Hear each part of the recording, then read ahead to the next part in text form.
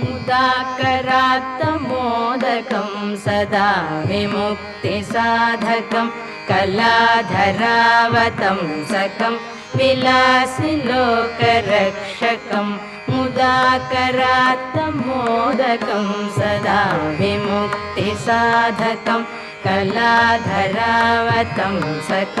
विलासिलोकरक्षकम्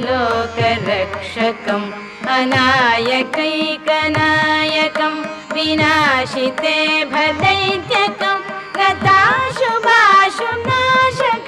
नमामि तं विनायकम् अनायकैकनायकं विनाशिते भदैत्यकं